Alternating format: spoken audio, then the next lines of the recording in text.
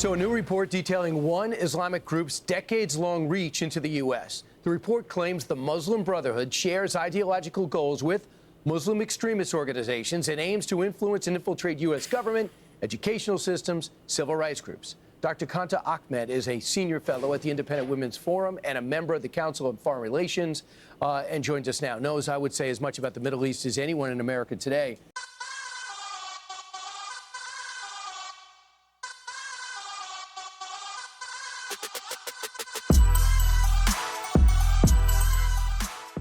Doctor, your thoughts about the role of the Muslim Brotherhood and what they're up to here?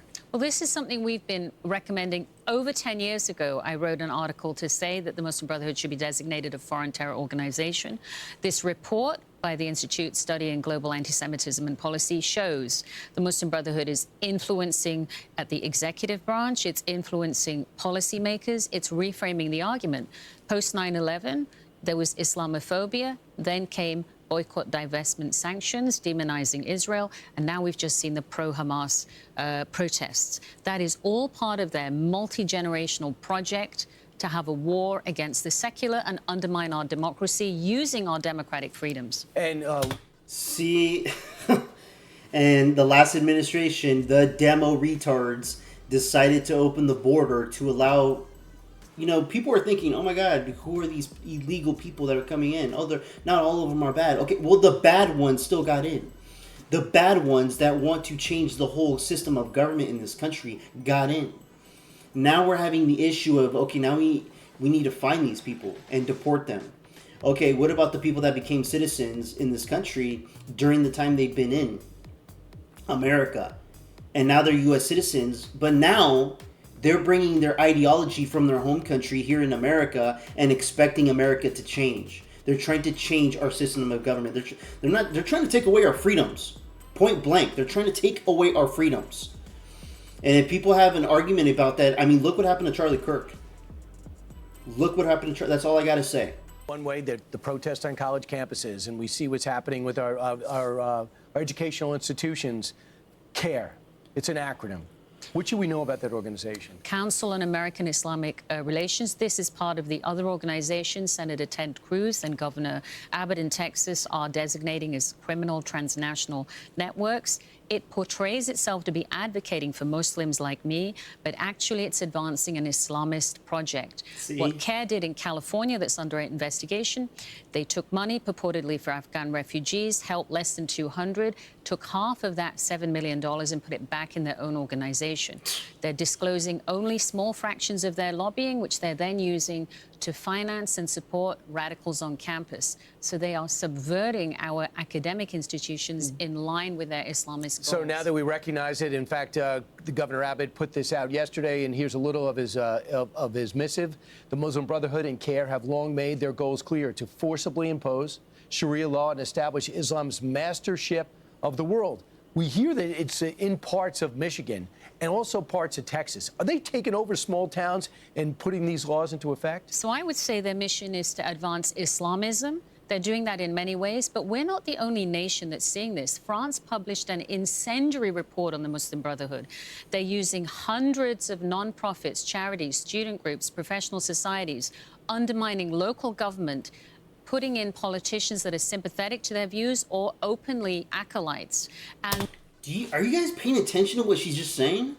What is this reminding you of?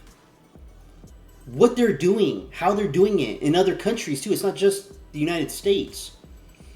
This is why, man, I cannot wait until Candace Owens keeps further investigating what's happening, because we're going to get to the truth. We're not going to allow it to become JFK, MLK, and I'm not trying to disrespect, their situations, but we have allowed people to just brush it off and move on with life and keep having that question of conspiracy of who killed them. Did they really get killed this way, that way? Did the FBI really tell us the truth? I mean, they're using organizations. Who was somebody that was leading a huge organization in this country that expanded to many countries around the globe? Turning Point USA. This is why the moment Charlie Kirk got assassinated, I believe that was the moment Turning Point USA should have been closed. Now it's created. They shaped it in a way where it's created more chapters in the country and the world, that it's going to be easier for these influencers around other countries to use Turning Point USA, literally use military tactics to take over Turning Point, to spread the ideology of getting rid of the American way. And Americans should be paying attention to this. And I'm not saying, Americans listening to this information should not go, absurd and evil and become radicalized to the point where you just got to go do destruction. No. That's not what I'm advocating for. That's not what I want. That's not what anybody wants. We want peace in this country. But I'm not saying we go out there and we start finding, random people and assume and think that they're part of an organization to destroy this country. No. We have to find solid evidence. We do not fight physically. We have to figure out ways to expose these people, to have and force our justice system to punish these people, getting them out of our country, putting them in prison, if they need the death penalty, whatever consequence, depending on what they have done to compromise the U.S. We do not want to get to a civil war. We do not want to have people fighting physically. Modifying and changing our democracy. That's happening here in the United States, too. And while CARE was being investigated in California, it's still receiving federal funds. Which is crazy. And by the way, here's their response. Got to be fair. They say this, does CARE, Greg Abbott's disregard for the First Amendment, his obsession with Texas Muslims, his dedication to protecting the Israeli government from criticism apparently knows no bounds. CARE Texas plans to continue vigorously to defend the Texas Muslim community from this governor's increasingly desperate, deranged attempts to shred the First Amendment. So that's their response. But I'm tired of hearing about, I have 3 pages of investigations. We don't do anything. We investigate. Why are they still getting money? Why are we pretending that this is an organization that seeks good, that has good intentions? So Senator Ted Cruz's efforts should be hugely commended, and they're a blueprint for other states.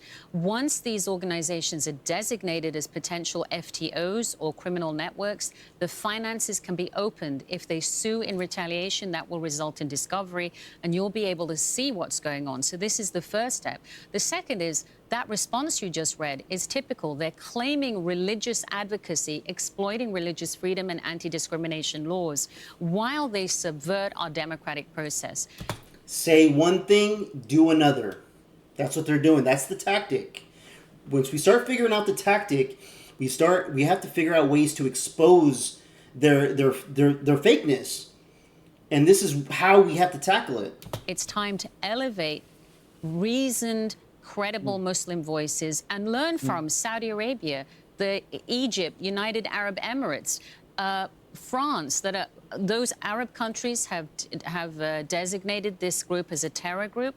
Austria has done so, and we are about to see a lot of Western Europe do the same. And Democrats should get behind this. This is not a Democrat-Republican issue. This is an American issue. Doctor, thanks so much. Yeah, but what does that tell you? If the Democrats don't want to get in line and being part of the team of America First, what does that tell you where they're at? If they're not America First, they're everywhere else first. They're compromised. At least 2025 Democrats are compromised. And we're getting to the point where some Republicans are getting compromised, and we're losing faith and hope in our own government. Are we going to make it to 250 next year?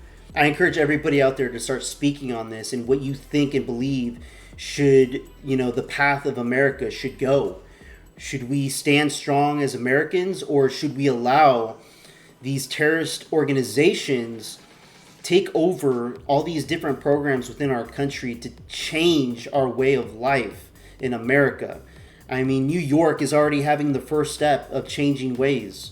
Let me know what you guys think about this in the comments below. Like and subscribe. I would appreciate it. Till next time, peace out, everybody. This one's for Charlie.